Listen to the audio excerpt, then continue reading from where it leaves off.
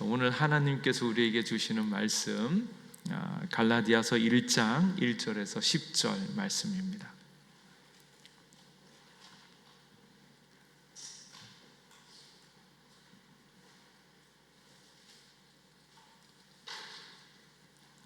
갈라디아서 1장 1절에서 10절까지의 말씀입니다.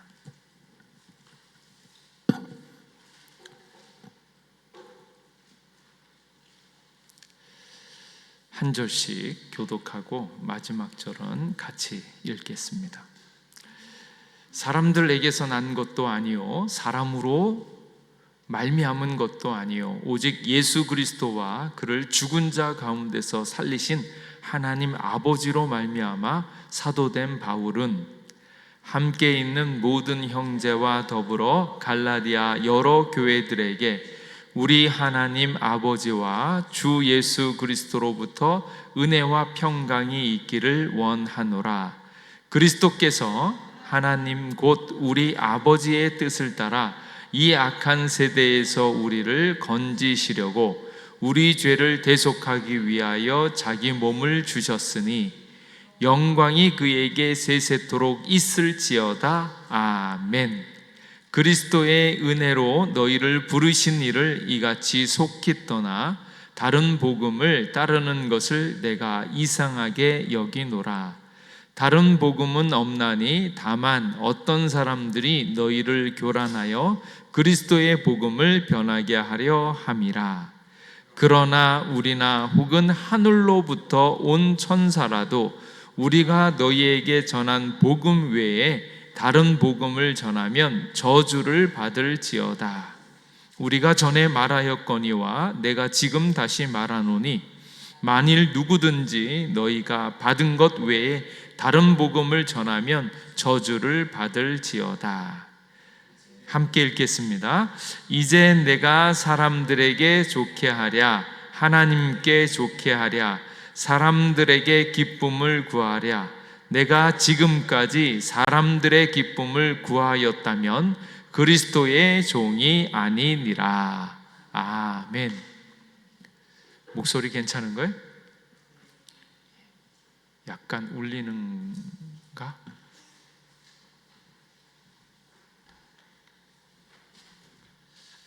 자, 오늘 유인물 가져오셨나요? 집에 가서 이제 한 주 동안 이렇게 미리 좀 해보라고.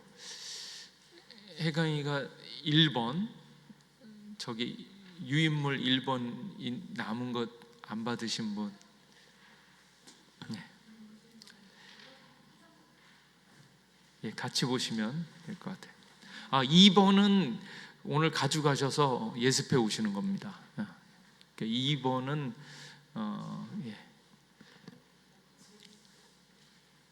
나중에 가주셔도 됩니다. 자, 바울은 세계 여러 곳에 교회를 개척했으며 이것을 사명으로 여겼다. 그는 한 교회를 개척하고 떠난 후에도 편지를 보내 그들의 사역을 도왔다. 그중 하나가 오늘날 터키 지역에 있는 교회들을 위해 쓴 갈라디아서이다. 그 연대는 1차 선교 여행 후 그리고 사도행전 15장의 예루살렘 공의회 후 그리고 2차 선교 여행 전의 서신으로 보이는데 AD 50년경에 쓰여진 것으로 보여집니다. 오늘 있는 이 1장 1절 말씀에 보면 자기소개가 나오죠. 이 편지를 쓴 사람은 누구인가? 사도 바울이라고 이야기를 했죠. 지난 시간에 사도 바울이 갈라디아서를 쓸 수밖에 없었던 급박한 이유에 대해서 이야기를 했습니다. 특별히 이상하게 여기노라. 뭐가 이상했어요? 갈라디아 교회가 다른 복음을 따르는 것을 내가 이상하게 여기노라. 그렇게 이야기를 했고, 그리고 8절 말씀에 보면 내가 너희에게 전한 복음 외에 다른 복음을 전하면 저주를 받을지어다. 아주 강하게 얘기했어요.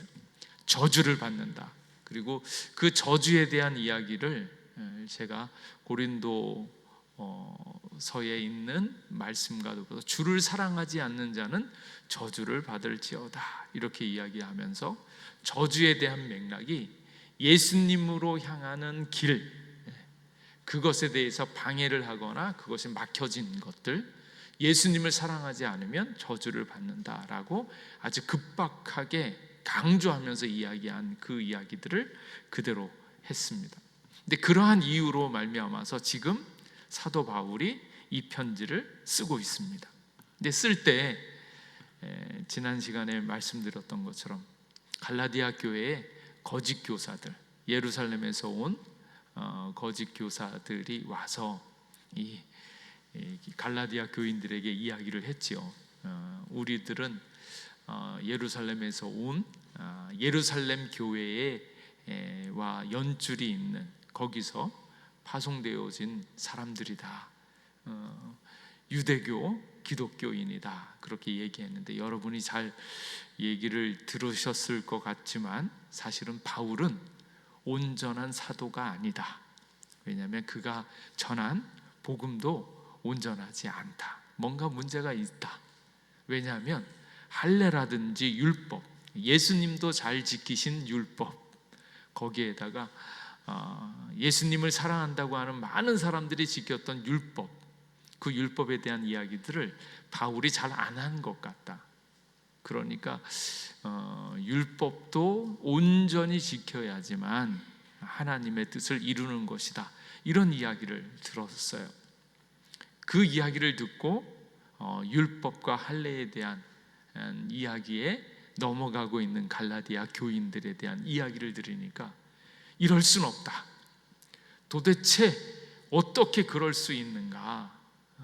라고 이제 저주, 다른 복음을 전하면 저주가 있다. 아주 강하게 이야기를 하는 거예요. 이 이야기를 들으면서 갈라디아 교인들이 헷갈리는 거죠. 첫 번째로 헷갈리는 것은 과연 사도 바울이 사도가 맞을까라는 생각, 그리고 그가 사도인지 아닌지 좀 헷갈리는 그런 상태에서 그가 전한 복음이라고 하는 것이 정말로 맞을까에 대한 의심이 드는 거죠. 그 이야기를 듣고 사도 바울은 이럴 수는 없다. 어떻게 너희들에게 전한 복음을 잊어버리고 다른 복음을 쫓아가고 있는가? 이제 그런 이야기입니다. 근데 이 이야기를 들으면 경각심이 좀 들지 않습니까? 왜냐하면 여러분이 지금 믿고 있는 복음은 다른 복음은 아니겠지요. 그런데 다른 복음이 아니라고 이야기를 할 자신이 있는가? 복음이 무엇인가 하는 것들을 정확하게 알면 흔들리지 않고 복음의 놀라운 그 감격들이 날마다 새로워지면서 성장해 가는데, 그렇지 않을 때는 왠지 부족함이 느껴지면서 그것을 이루려고 또 다른 애씀이 필요하고 그런 삶을 살아가다 보면 왠지 힘이 들면서 더 많이 충성하고 애를 써야지 될 것 같은 그런 중압감들이 몰려오고 있기 때문에 믿으면 믿을수록 더 좋으신 주님, 믿으면 믿을수록 힘이 생기고 기쁨이 생기는 그 믿음, 이제 그런 것을 생각해 볼 때 내가 지금 가지고 있는 복음이 온전한 복음인가 하는 것에 대한 생각을 가져야 되는 거예요. 주님께서 여러분에게 전한 그 복음으로 만족할 수 있기를 축복합니다. 이미 받으신 분은, 그리고 예수님을 온전히 만난 사람들은 그 복음의 감격이 날마다 새로워지면서 온전히 주님만을 바라보게 되어 있습니다. 그런데 그렇지 않다면 우리가 복음에 대해서 잘못 생각하고 있는 것은 아닌가, 행여 다른 복음을 쫓아가고 있는 것은 아닌가 하는 것들에 대해서 점검해 봐야 된다라는 거예요. 그 작업들을 지금 사도 바울이 쭉 해가고 있습니다. 그래서 이제 제일 처음에 사도 바울에 대한 공격이 들어가니까, 사도 바울이 사도가 맞는가? 여러분은 어떠세요? 사도 바울이 사도일까요? 아닐까요? 자, 뭐 정답은 사도라고 하니까 사도죠. 근데 한편에서는 의심이 들어가는 예가 있습니다. 왜 그런가? 사도가 무엇인가? 사도행전 1장 21절 말씀에 비추어 보면, 원래 사도라는 말은 헬라어로 아포스톨로스라는 말입니다. 아포스톨로스, 동사로는 아포스톨로라는 말입니다. 그 얘기는 보냄을 받는 자라는 거예요. 그런 면에 있어서 이 아포스톨로스라고 이야기하는 것들은 누군가로부터 보냄을 받은 모든 사람들이 사도라고 이야기할 수 있어요. 여러분은 어떨까요? 여러분들이 복음을 안고 어딘가 가야 되잖아요. 복음을 전하러. 그러면 여러분이 혼자서 나는 복음 전하러 가야 돼 이러고 혼자서 가는가요? 아니면 하나님이 복음을 주고 너는 복음을 전해야 돼, 그 명령을 받았으므로 가는 건가요?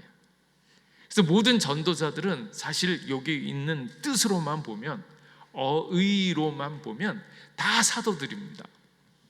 특별히 사도행전에서도 아포스톨로스라는 말을 일반적인 용어로 사도라고 쓰여진 적이 있어요.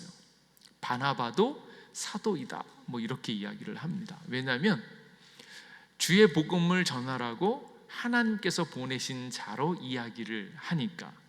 그러니까 나는 하나님께서 보내신 자, 복음을 전하기로 보내진 자라고 얘기하면 사도로 이야기를 할 수가 있어요. 일반 명사로. 그래서 왕이나 지배자가 누군가를, 커다란 일이 있어서 누군가를 보내잖아요. 그러니까 하나님께서 저쪽 다른 나라의 외교관으로 보냈다. 그러면 대통령이 임명장을 줘가지고 그리로 보내잖아요. 그걸 요즘 말로 하면 뭐라 그럽니까? 대사 그러잖아요. 그래서 어떤 분이 책을 썼더라고요. 하나님의 대사 이렇게 썼잖아요. 그 대사라는 말 자체가 아포스톨로스, 사도라는 뜻입니다. 그러니까 일반적으로 보면 하나님이 나를 보내셨다, 보냄을 받는 자라고 하면 누구나 다 사도가 되어질 수 있다라는 말로도 됩니다. 근데 여기에 성경에서 나오는 또 다른 용어로서의 이 사도는 그 사도가 아니고, 사도행전 1장 21절 거기에는 12명의 사도들이 있었잖아요. 근데 그 중에 한 명이 가룟 유다가 죽지 않습니까? 자살해서 죽고 난 다음에. 근데 그 한 사도를 뽑습니다. 뽑는다라고 이야기를 하면 제비를 뽑죠. 근데 그 사도가 되어지는 그 후보군을 두 사람을 이제 택하는데, 그때의 사도로 뽑힐 수 있는 사람의 특징이 있는데, 자격이 있는데, 그 자격은 뭔가 하면 세례 요한 때서부터 예수님께서 하늘로 올라가실 때까지 예수님과 함께 있었던 자들, 함께 있어서 예수님의 모든 가르침과 그 삶을 보았던, 함께 다니면서 예수님을 경험했던 자여야 되고요. 그리고 두 번째로는 예수님의 부활을 직접 경험한 증인이어야 된다라는 거예요. 근데 그 두 가지 안건이 분명히 혜택이 이렇게 적용이 되어져야지 사도가 되어질 수 있는데, 그 사도의 후보군 중에서 이거는 하나님의 특별한 일들을 위하여 하나님께서 직접 선택할 수 하시도록 제비를 뽑는 거죠. 그래서 사도가 되었습니다. 그래서 12사도입니다. 12에 대한 의미가 있잖아요. 이스라엘 온 지파, 그러니까 이스라엘을 회복하기 위해서 오셨고, 그 12지파, 그리고 나중에는 새하늘과 새 땅이 되어졌을 때 회복되어지는 것도 12지파에 대한 의미가 있기 때문에 12를 의미 있게 맞추는 것입니다. 그때 사도는 어떤 사람이요? 예수님과 함께 다니면서 예수님을 경험하면서 함께 했던 사람으로서 부활을 경험한 사람이어야 된다는 거예요. 근데 그것을 놓고 사도 바울을 비춰보면 조금은 좀 안 맞는 구석이 있을 수 있겠다라는 느낌이 들죠. 그러니까 이제 많은 사람들이 12사도 안에 과연 사도 바울이 들어가겠는가라고 이야기를 하면 불안한 겁니다. 그리고 어쩌면 사도 바울도 그것에 대해서는 그 조건하고는 조금 거리가 있다라고 생각을 한 거예요. 그런데 그 방법으로 사도 바울을 공격하는 겁니다. 사도 바울을 공격하면서 과연 사도 바울이 사도겠느냐? 근데 그 사도라는 그 사도권에 대한 공격은 그것만 해당되어지는 것이 아니라 사도 바울이 전한 복음, 하나님께서 계시한 그 복음에 대해서 어그러뜨릴 수 있기 때문에 사도 바울은 가장 먼저 자기가 온전한 하나님의 사도인 것부터 이야기를 합니다. 근데 그 이야기가 어디에 나와 있는가? 1절에 이렇게 나와 있습니다. 사람들에게서 난 것도 아니요 사람으로 말미암은 것도 아니요 오직 예수 그리스도와 그를 죽은 자 가운데서 살리신 하나님 아버지로 말미암아 사도된 바울은, 이때의 사도는 하나님께서 바울을 사도로 삼았다라는 거예요. 사람으로 말미암은 것도 아니고 사람으로부터 난 것도 아니다. 사도 바울이 사도가 되기 위해서 베드로한테 가가지고 베드로한테 배운 거 아니다.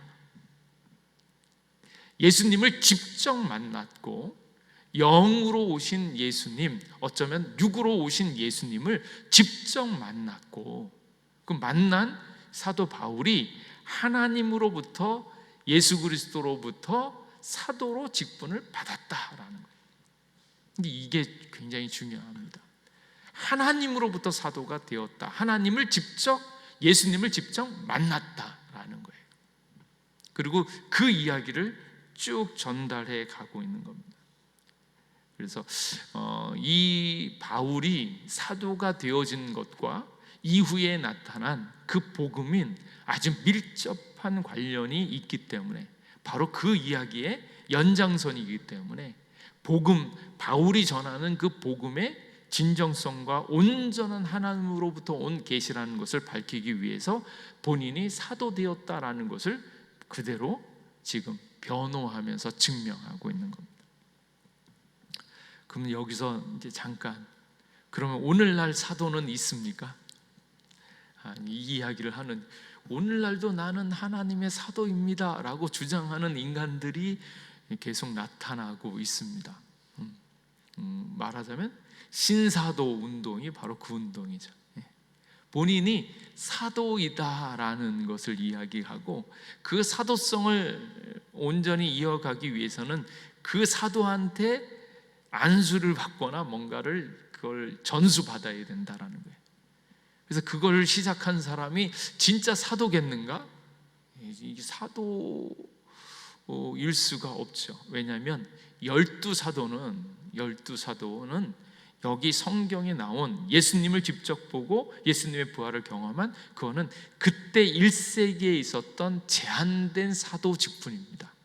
그 직분이 오늘날 이렇게 되어질 수는 없는 거죠. 되어질 수 없는 이유 중에 하나는 무엇인가 하면 그들이 사도라는 것을 증명할 방법이 없어요. 자기가 사도다라고 얘기하는데 그걸 어떻게 설명을 해요? 어떻게 증명을 해요? 오늘 있는 이 이야기처럼, 성경의 사도행전에 있는 이야기처럼 예수님께서 다니시는 것들을 다 보고 예수님의 부활을 경험한 그 사도, 그럴 수는 없다라는 거예요. 그러니까 자기가 성령 충만한 거, 그거는 이해가 되어지겠는데 오늘날도 사도가 있다? 그리고 그 사도를 전수하기 위해서 자기가 이렇게 안수를 하거나 뭘 하면 그 또 자기 밑에 12사도가 되어지고 그 사람이 또 되어지려면 또 밑으로 12이 또 되어지고, 이럴 수는 없다. 그것은 거짓이다라는 거예요. 그래서 이게 조금 문제가 많은 사람들입니다. 자기의 사도라고 이야기하는 사람들은 누구도 증명할 수 없고, 또 하나님께서는 그런 식으로 역사하지도 않고, 그리고 또 알고 보니까 그 사도라는 사람이 그 사도성을 주기 위해서 누구에게 주는가? 자기 와이프에게 주고 자기 아들에게 주고 뭐 그러고, 그리고 아시아에 있는 아시아 쪽을 향해서 12를 선택해가지고 사도로 임명을 하고, 또 그 밑에 또 이렇게 가고, 또 온전한 신앙의 모습들이 아닙니다. 그래서 사도는 여기에 성경에 나와 있는 것처럼 1세기에 있었던 그 일로 종결이 되었고, 오늘은 이제 우리도 보통 명사로서 하나님의 부르심을 받아서 하나님의 뜻을 전하는 모든 성도들이 하나님의 또 다른 일반 명사로서의 사도가 될 줄로 믿습니다. 예수님이 살아계셔서 우리를 각 사람에게 보냄을 받으면 그것 자체가 사도의 의미를 가지고 있기 때문에 특별히 사도라고 부르는 것이 아니라 성도라고 이야기를 하고 성도로서 주의 뜻을 전하는 직분을 갖게 되어지는 겁니다. 근데 오늘 있는 이 사도 바울은 사람들에게서 난 것도 아니고 사람으로부터 말미암은 것도 아니고 오직 예수 그리스도와 그를 죽은 자 가운데서 다시 살리신 하나님 아버지로부터 말미암아서 사도가 되었다라는 것을 정확하게 이야기합니다. 근데 여기에서 이제 예수 그리스도와 바로 하나님 아버지의 모습을 보면서 그 말씀이 지금까지 전해왔던 하나님의 말씀, 복음의 참 복음과 어떻게 일치하는가 하는 것들을 이제 보게 되어지는 겁니다. 그래서 편지를 쓸 때 바울은 자신을 분명히 사도이다라고 이야기를 하고, 그리고 그 뒤에 이어서 복음의 개요를 찬찬히 보여주고 있습니다. 첫 번째 복음이 나오는 이제 일들이 유인물에 보면 3번에 보면 하나님의 사도 메신저라는 의미, 그래서 참 재미있는 표현이죠. 사도는 메신저예요. 복음을 전하는 자. 근데 이 메신저가 메시지를 전하잖아요. 근데 그 메시지가 진짜인가 가짜인가 하는 것들을 흔들기 위해서 누구를 공격하는가? 메신저를 공격하고 있는 거예요. 오늘날 모든 토론과 논쟁에 있어서 토론을 하면 반드시 겪게 되어지는 방법이 이 방법입니다. 그 사람의 메시지를 열심히 듣다가 그 메시지에 공격할 틈이 없으면 누구를 공격합니까? 그 사람을 공격하는 거예요. 메신저를 공격하는 겁니다. 근데 이게 일반적인 사람들의 싸움의 방식이죠. 그러니까 사도 바울은 메신저, 사도가 되었다라는 것을 명확히 이야기하고 그가 이야기하는 메시지를 이렇게 얘기합니다. 그래서 바울은 예수님에 대해서 무엇을 말하는가? 1절에는 무엇이 나왔는가? 오직 예수 그리스도와 그를 죽은 자 가운데서 살리신 하나님 아버지. 예수님이 어떠한 분이세요? 죽으셨다가 죽은 자 가운데서 살리신 하나님. 그러니까 예수님은 죽었다가 살아나신 분이다라고 하는 부활신앙이 복음의 첫 번째 핵심입니다. 근데 그 이야기를 써주고 있고요. 3절에는 우리 하나님 아버지와 주 예수 그리스도로부터 은혜와 평강이 있기를 원하노라. 그래서 은혜와 평강, 복음이 은혜와 평강이 되어진다라는 것을 얘기하고 있습니다. 그러니까 복음의 특성은 은혜입니다. 그 은혜 그리고 평강, 주님과. 근데 이 평강이라고 하는 말은 히브리어로 하면 샬롬이죠. 샬롬. 다분히 히브리적인 그런 하나님의 평강에 대한 개념이 있는데, 이때의 평강은 모든 인간관계에서부터 무슨 일을 하든지 평안하고 평강하는 거예요. 근데 그 평강의 핵심의 요체는 하나님과의 평강입니다. 그러니까 하나님과 우리 사이에 샬롬의 관계가 이루어지는 것을 안고 있죠. 그리고 그 특성은 은혜로, 전적인 하나님의 은혜로 나와 있다라는 거예요. 그래서 복음의 특징은 3절에서 은혜와 평강이다라는 것을 이야기하고 있고요. 이제 4절에 보면 그리스도께서 하나님 곧 우리 아버지의 뜻을 따라 이 악한 세대에서 우리를 건지시려고 우리 죄를 대속하기 위하여 자기 몸을 주셨으니 라고 나와 있어요. 그러니까 4절을 통해서 예수님에 대한 이야기들이 나오는 겁니다. 그래서 이 4절을 찬찬히 이제 살펴보려고 하는데, 이 갈라디아 전체는 복음으로 채워져 있습니다. 그러니까 이 말씀을 천천히 보면서 복음과 다른 복음이 뭐가 틀린가, 내가 가지고 있는 이 복음이 정말로 하나님께서 우리에게 허락한 복음이 맞는가, 그리고 오늘날 이단과 또 교회에서 교회에 오지만 종교성으로 열심히 다니고 사람들을 더욱더 힘들게 하고 있는 다른 복음은 어떤 것이 있는가 하는 것들이 눈에 딱 보여야 됩니다. 그래서 오늘 오신 분들 정말 잘 오셨고요, 확실하게 깨달을 수 있기를, 하나님께서 보여줄 수 있기를 주님의 이름으로 축복합니다. 이거를 최 목사가 잘 가르쳐 줄 것인가? 아니고요, 제가 가르쳐 주는 게 아니라 하나님께서 가르쳐 주실 줄 믿습니다. 왜냐하면 이건 사람으로부터 받는 게 아니에요. 특별히 보시면 11절 12절 이렇게 보면, 형제들아 내가 너희에게 알게 하노니 내가 전한 복음은 사람의 뜻을 따라 된 것이 아니니라.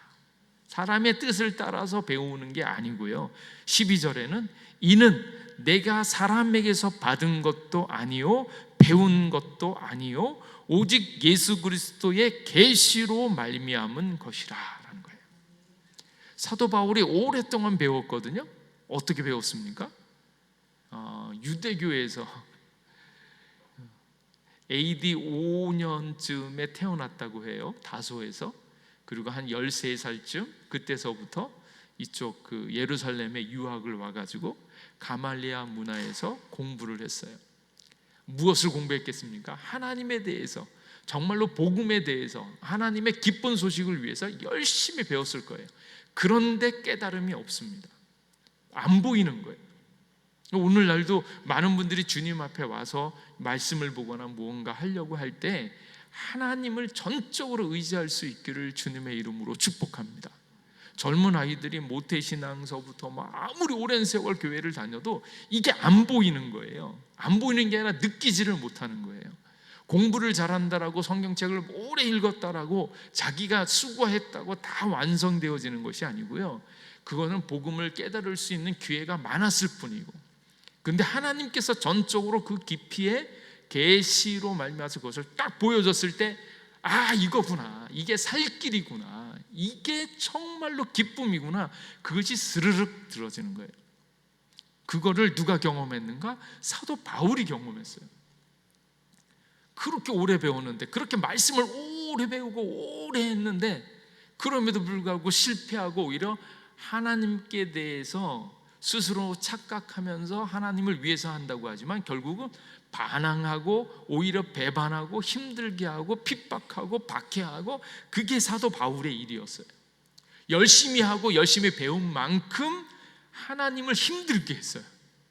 저는 오늘날 많은 신학자들이 하나님을 온전히 알고 깨닫게 되어졌으면 좋겠어요. 근데 공부하는 만큼 오히려 하나님을 힘들게 하고 아프게 하며, 성공하는 만큼 오히려 하나님을 힘들게 하고 거짓된 대로 인도하면 그것처럼 나쁜 일이 없는 거예요. 사도 바울이 그와 같았고, 그래서 사도 바울이 고백하는 얘기가, 내가 열심히 공부했다, 열심히 공부했는데 안 됐다. 근데 오늘 있는 이 말씀은 내가 사람에게서 받은 것도 아니고 배운 것도 아니고 오직 예수 그리스도의 계시로 말미암은 것이다 라는 거예요. 그래서 예수님을 만남으로 말미암아서 예수님께서 여러분에게 이게 은혜야, 이게 복음이야, 이게 네가 살 길이야, 이게 너에게 영생이 있어, 이 세계가 확 열려질 수 있기를 주님의 이름으로 축복합니다.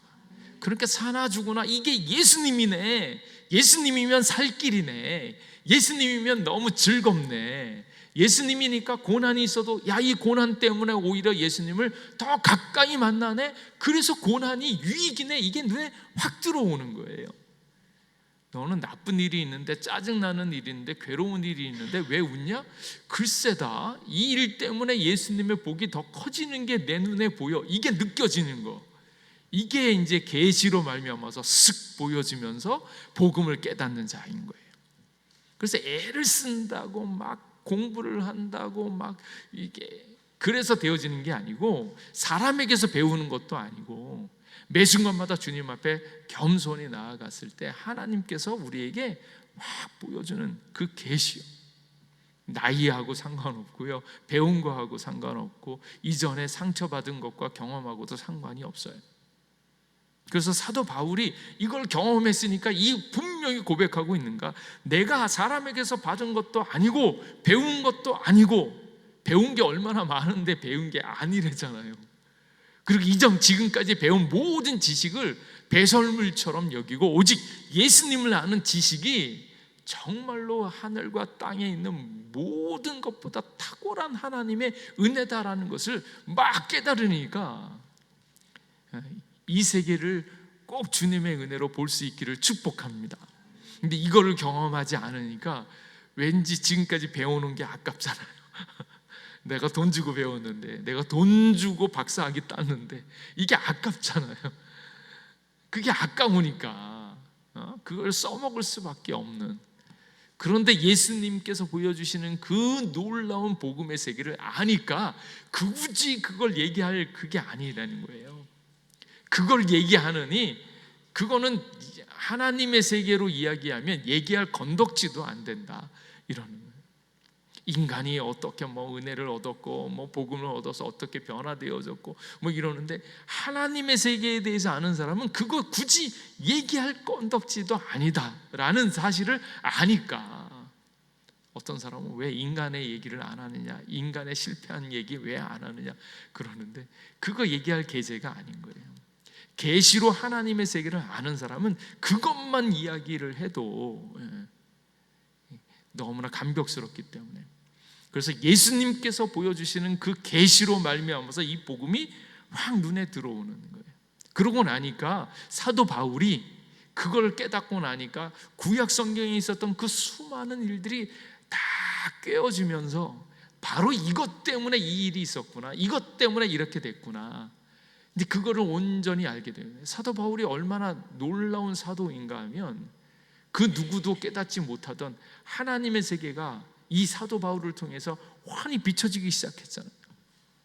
그 누구도 하나님의 의에 대해서 로마서와도 같은 그 역사들을 설명해낼 수가 없는데, 그걸 누가 가르쳤겠습니까? 배워서 된 게 아니라 하나님께서 빛으로 보여주셔서, 이게 너무너무 궁금한 거예요. 그 뇌구조가 어떻게 그렇게 됐을까? 그러니까 하나님이 보여주시면 그것들이 완벽하게 깨달아지는 것들을 경험한 겁니다. 그러니까 사도 바울이 복음에 대해서 설명을 할 때 사람에게서 받은 것도 아니고 배운 것도 아니고 오직 예수 그리스도의 계시로 말미암은 것이다, 그렇게 고백을 하고 있는 겁니다. 그래서 사도 바울이 이거를 이제 그대로 이제 이야기를 하는 겁니다. 그래서 하나님께서 여러분에게 그 계시의 빛을 비춰주셔서, 성령님께서 다 보여주셔서 그것을 깨닫게 되어지기를, 그리고 그것을 온전히 누릴 수 있기를 주님의 이름으로 축복합니다. 4절 말씀에 보면, 그리스도께서 하나님 곧 우리 아버지의 뜻을 따라 이 악한 세대에서 우리를 건지시려고. 이 악한 세대예요. 여러분은 악한 세대라고 얘기하면 뭐가 느껴지나요? 악한 세대, 악한 세대에서 우리를 건지시려고.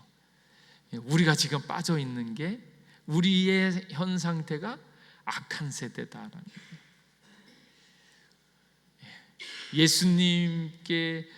예수님을 만나기 전에 우리의 모든 상태가 악한 상태였다라는 것을 그대로 이야기해 주고 있습니다. 그래서 우리를 어떤 자를 구하는가? 악한 자, 죄인된 자, 전적으로 파산되어서 망할 수밖에 없는 자를 완전히 온전한 예수님께서 온전하게 그들을 딱 구하여 내는 거예요. 그런데 이제 나는 괜찮아, 나는 지금까지 깨끗하게 건전하게 살았고 온전하게 산 것 같아. 그래서 굳이 뭐 내가 악한 세대라고 나를 이야기하면 좀 섭섭하지 않나? 나만큼 잘 산 사람이 있나? 라고 생각을 하면, 그래서 너의 구원을 네가 이루려고 하면 너 한번 힘써봐 이런 거예요. 너 한번 애써봐. 너가 지금 노력하고 수고해서 하나님의 구원을 이룰 수 있다라고 생각을 하면 한번 해봐. 근데 이 악한 세대라는 것은 나는 어쩔 수 없습니다, 나는 나를 고칠 수 없고 나는 아무것도 못하고 있는 악한 세대 맞습니다. 나는 완벽히 거덜내고 완벽히 파산된 상태입니다. 내가 나를 구원할 수 있거나 내가 나를 고칠 수 있는 것은 정말로 손톱만큼도 없습니다 라고 고백하고 있는 거예요. 그러니까 전적인 타락의 상태인 악한 세대인 나 자신을 보는 겁니다. 근데 이걸 볼 때 이제 복음이 새로워지는 거예요. 그래서 이제 복음의 가장 큰 특성이 무엇인가라는 거 저희들이 이미 다 배우셨을 텐데, 그거를 이제 이야기하면, 첫 번째로 오직 예수, 다른 것으로는 안 됩니다. 천하 구원을 얻을 수 있는 유일한 이름은 예수님 한 분밖에 없습니다. 예수님이 아니고 다른 길이 있는 가능성을 열어두면 그거는 복음이 아니다라는 거예요. 그래서 오직 예수요, 오직 예수. 그리고 악한 세대에서 전적인 타락인 상태에서 내가 나를 구원할 수 있는 것들은 하나도 없었는데 완전히 나는 포기해버리고 좌절할 수밖에 없는 상태였는데, 그걸 누가? 예수님이 오셔서 우리를 딱 잡고 끄집어내니까 전적인 은혜라는 거예요. 그래서 오직 은혜라는 거예요. 오직 은혜. 여기에 뭔가를 내가 덧붙일 게 없습니다. 그래도 내가 그 은혜를 얻기 위해서 뭔가 발버둥 쳐야 되지 않습니까? 그런 영적인 갈망은 이해가 되어지는데 그 행위 자체가 구원의 길들의 보탬이 되어지지 않습니다. 전혀 보험이 되어지지 않다라는 것을 고백해야 됩니다. 그래서 오직 은혜예요. 그래서 복음의 특성은 첫 번째로 오직 예수, 그 다음에 오직 은혜라는 거예요. 오직 은혜. 그러니까 악한 세대일 수밖에 없는 우리 자신의 현 존재를 분명히 인식을 하고, 그리고 거기에서 벗어날 수 없는 존재라는 것을 고백함과 동시에 예수님을 붙잡음으로써 우리가 나올 수 있다라는 것을 고백하는 겁니다. 그리고 이제 거기에 이제 여기 4절 말씀에 보면, 이 악한 세대에서 우리를 건지시려고 우리 죄를 대속하기 위하여 자기 몸을 주셨으니, 예수님에 대한 일들이죠. 대속하며 우리를 사랑하셔서 우리를 위하여 우리의 죄를 대신 속하여 주셨다라는 거예요. 그리고 자기 몸을 주셨다라는 거예요. 그래서 전적인 예수님의 역사를 그대로 여기에 표현되어지고 있습니다. 그리고 그 일들이 누가 하셨는가? 우리 아버지의 뜻을 따라 결과적으로 죽은 자 가운데서 살리시고 그분이 우리를 위해서 은혜와 평강을 주신 하나님 아버지의 뜻이었다라는 것을 고백하는 거죠. 그래서 이 모든 것들을 오직 믿음으로 고백하는 거예요. 전적인 은혜를 그대로 받아들이는 겁니다. 나가 이제 믿었으니까, 예수님을 믿었으니까 내가 주님을 위해서 뭔가를 더 할 수 있어, 이게 아니고, 예수님을 믿는다라는 것은 예수님의 오직 은혜만을 내가 믿는 거예요. 주님께서 전적으로 다 하셨다라는 은혜라는 사실조차까지도 우리가 믿어야 된다라는 겁니다. 그래서 오직 믿음, 그리고 이것들이 어디에 기록되어져 있는가? 오직 성경입니다. 아까 이제 사도라고 얘기하는데, 사도가 내가 사도다라고 얘기할 수 있는 사람이 혹 있을지 모르지만, 그 사람이 사도라는 것을 증명해낼 수 있는 성경적 구절이 없습니다. 그러니까 성경에는 그 사람이 사도라고 이야기할 수 있는 근거가 없기 때문에 사도일 수가 없는 거죠. 그러니까 오직 성경에 있는 이 말씀 자체가 바울이 이야기한 복음이 진짜 온전한 복음이었다라는 것을 그대로 드러내고 있고, 요 복음에서 어긋나면 다른 복음이라고 이야기를 하는 거, 그것에 대한 증명이 무엇을 통해서 이루어지고 있는가? 성경을 통해서 이루어지고 있다라는 거예요. 그래서 지금 바울이 이야기한 복음, 그 복음이 하나님께서 보여주신 계시로 말미암은 복음이 명확하고 있기 때문에, 그리고 그 계시를 전해준 예수님께서 이 바울을 사도라고 이야기한 것이 맞다라는 것을 다시 이야기하는 거죠. 그래서 바울이 사도인 것이 분명한 것은 바울이 전한 복음이 정말로 완벽하고 온전한 복음인 것이 증명되어짐으로 다시 사도라는 말조차도 정확해지는 겁니다. 그래서 4절 말씀에 있는 이 말씀이 이 짧은 복음으로서 우리에게 이야기하고 있는 거예요. 그리스도께서 하나님 곧 우리 아버지의 뜻을 따라 이 악한 세대에서 우리를 건지시려고 우리 죄를 대속하기 위하여 자기 몸을 주셨으니 영광이 그에게 세세토록 있을지어다. 그 영광이 하나님께, 그 어린 양께 있는 거예요. 그래서 오직 하나님께 영광이라고 하고 있는 특징을 또 나타내고 있죠. 그래서 이것이 온전한 복음인 것을 알므로 오직 예수, 오직 은혜, 오직 믿음, 오직 성경, 그러므로 말미암아서 이 복음이 온전한 복음이고, 여기서 어긋나는 것들은 다른 복음이라고 이야기를 하는 거예요. 그래서 그리스도의 은혜로 너희를 부르신 이를 이같이 속히 떠나 다른 복음을 따르는 것을 내가 이상하게 여기노라. 그리고 다른 복음은 없나니 다만 어떤 사람들이 너희를 교란하여 그리스도의 복음을 변하게 하려 함이라. 그리고 8절 말씀에 우리나 혹은 하늘로부터 온 천사라도 우리가 너희에게 전한 복음 외에 다른 복음을 전하면 저주를 받을지어다. 그래서 여기에 다른 복음이에요. 다른 복음을 더하거나 전하면 저주를 받는다라고 명확하게 얘기해요. 그게 어떤 자라고요? 그래서 지금 사도 바울이 눈앞에 이제 배는 게 없는 거예요. 베드로가 잘못되어졌으면 그거 잘못됐다라고 바로 이야기를 하는 거고, 천사라도, 하늘로부터 온 천사라도 이 복음 외에 우리 모든 인간들을 위해서 주신 이 복음 외에 다른 걸 전하면 그거는 천사가 잘못됐다. 그럴 만큼 이 복음이 온전한 복음이고 다른 복음을 전하면 저주를 받는다라는 거예요. 그러니까 이제 여러분들이 분별이 생겨질 수 있기를 바랍니다. 복음과 다른 복음을 섞거나 이렇게 덧붙여서는 안 된다라는 거예요.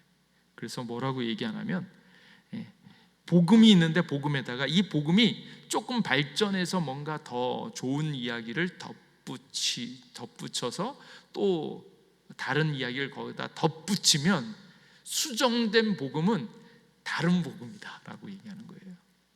여기에서 지금 바울이 전한 이 복음, 예수님께서 계시로 보여준 이 복음 외에 다른 것을 덧붙이거나 다른 것으로 더 나은 것이라고 수정을 하게 되어지면 그것은 복음이 아니고 다른 복음이 되어진다라는 거예요. 그래서 성경에 말하는 은혜의 복음은 너무너무 귀하다.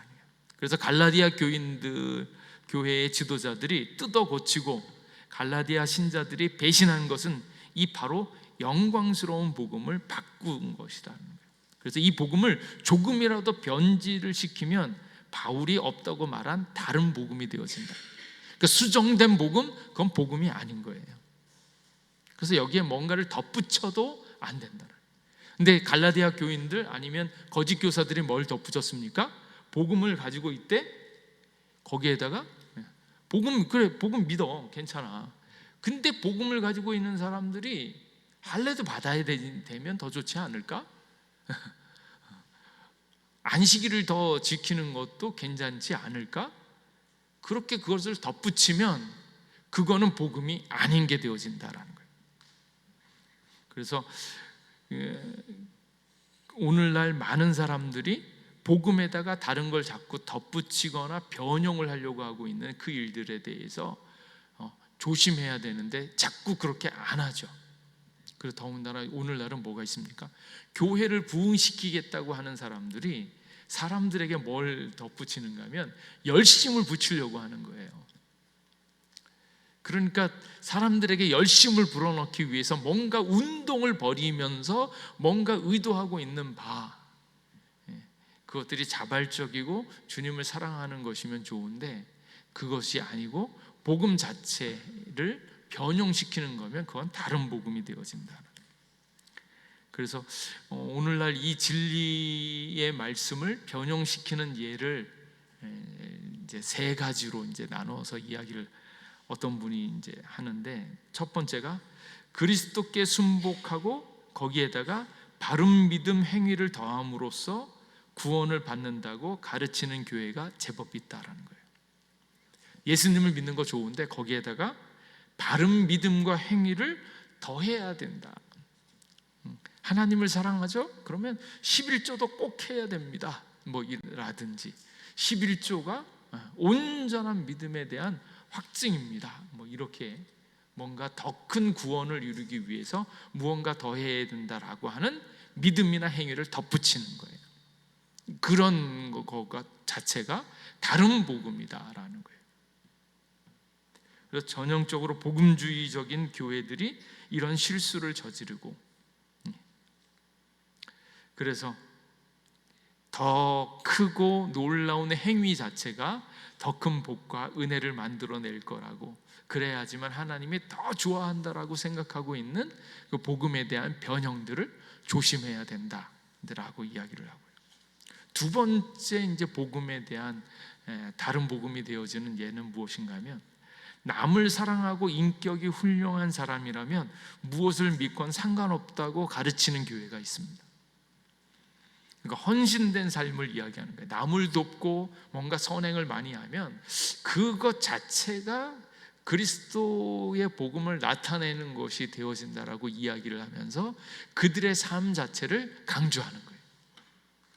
예수님을 믿음으로 말미암아서 예수님을 점점 닮아가는 것이 아니고, 예수님의 행위를 당신도 행해야지만 그 진짜 구원의 역사가 나타난다라고, 그리고 예수님께서 보여주신 나눔의 삶, 착한 삶, 베품의 삶, 이걸 해야지만 그리스도를 닮아간다라고 콕 집어서 이야기를 하면서 예수님에 대한 강조보다는 선한 행위 쪽에 강조를 하고 있는 것, 이것 또한 복음에 대한 변형이다라고 얘기하는 거예요. 그래서 가끔 이제 간디 얘기를 많이 하죠. 간디가 비폭력 뭐 이런 거 하면서 선한 행위들을 많이 했잖아요. 민족을 사랑하면서 있잖아요. 근데 그의 실제의 삶은 예수님에 대한 것들이, 예수님에 대한 믿음은 없는데 예수님에 대한 행위들을 본받아서 존경하는 것으로 이제 이야기를 하다 보면 오히려 복음을 놓쳐버리게 된다. 근데 이런 예는 어느 교회 어디서 나타나는가? 좀 진보적이고 자유주의적인 성향을 가지고 있는 그런 교회들에서 나타난다라는 거예요. 그리고 하나님께 이르는 데는 좋은 행실, 선행으로 충분하다고 가르치고, 그리고 넓은 마음, 열려진 마음, 그것을 가지고 있으면 그게 충분하다고 이야기하는데 그렇지 않다. 그렇죠. 그리고 이제 세 번째는 이제 옷차림이나 할례나 율법의 이런 것 때문에 민감해서 교회의 전통이라든지 뭐 이런 것들을 여유 있지 않게 그것을 꼭 해야 되는 것으로 복음에다가 덧붙이는 사람들이 있다는 거예요. 그건 복음이 아니다라는 거예요. 그래서 할례라든지 옷차림, 관습, 그런 전통의 그런 변화들에 대해서 그것은 부수적인 것이지 그것을 복음에 덧붙일 문제는 아니다. 근데 그렇게 해서 복음에 대해서 뭔가를 덧붙이거나 빼거나 수정하거나 확대시켜서는 그거는 다른 복음이 되어지고 만다라는 거예요.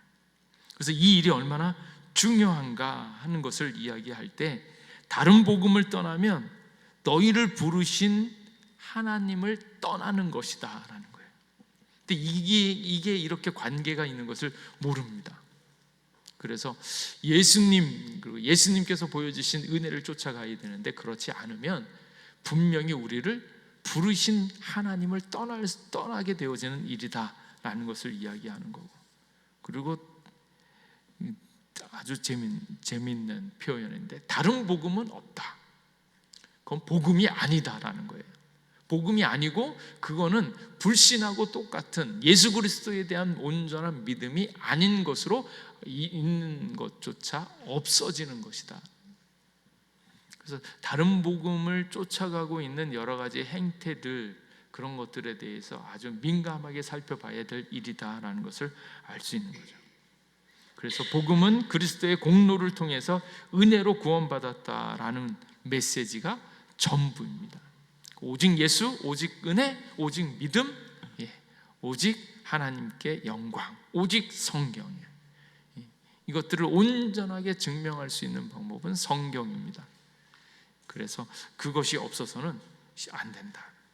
그래서 복음에 손을 대는 것은 복음을 뒤집어 버리는 것이고 복음을 없이 하는 것이다 라는 거고요. 그리고 이제 세 번째로는 이 복음은 저주를 받는다. 다른 복음은 저주를 받는다. 그 정도로 이렇게 무서운 부분입니다. 그래서 우리가 복음은 어떠한 것인가 정확하게 이해를 하고, 그것이 흔들리지 않도록 온전히 주님만 바라보고 앞으로 나아갈 수 있기를 바랍니다. 그리고 이것이 있으면 자유해요. 기뻐할 수 있어요. 내 노력과 나의 실수와 나의 연약함 다 뛰어넘는 온전한 복음이기 때문에 나의 수고, 나의 애씀, 나의 실패, 그것을 다 뛰어넘는 전적인 하나님의 은혜로 말미암아서 내가 구원받기 때문에 내가 자유할 수 있고요. 더 나아가서 다른 사람을 얘기할 게 아닙니다. 다른 사람들이 잘못되어진 것을 분별할 수 있지만 그런 것을 뛰어넘어서 하나님께서 새로운 기회를 주실 것들을 기다리고 기도할 수 있게 되어지는 거예요. 그래서 복음이 무엇인가? 다른 복음은 어떻게 우리를 공격하고 있는가? 여러 이단들과 여러 다른 사람들, 종교성이 있는 사람들은 우리를 계속적으로 공격하고 있는데, 이때 복음이 무엇인가? 전적인 은혜 되신 하나님의 은혜를 알고 누릴 수 있기를 주님의 이름으로 축복합니다. 기도하겠습니다. 하나님, 오늘도 우리와 함께 주셔서 감사합니다. 전적인 하나님의 은혜를 경험케 하여 주시고, 사람한테 배운 것도 아니고 깨달은 것도 아니고 사람들한테 받은 것, 배운 것도 아니고 오직 예수 그리스도의 십자가 보혈, 예수 그리스도의 계시로 이 모든 것들을 알게 하여 주시옵고, 그 안에 참된 자유를 누릴 수 있는 저희들 되게 하여 주시옵고, 이 자유와 기쁨을 또 다른 사람들에게 나누어 줄 수 있도록 함께 하여 주시옵소서. 오늘도 함께 하여 주신 은혜에 감사드리옵고 예수님 이름으로 기도하옵나이다. 아멘. 이 시간 우리 잠깐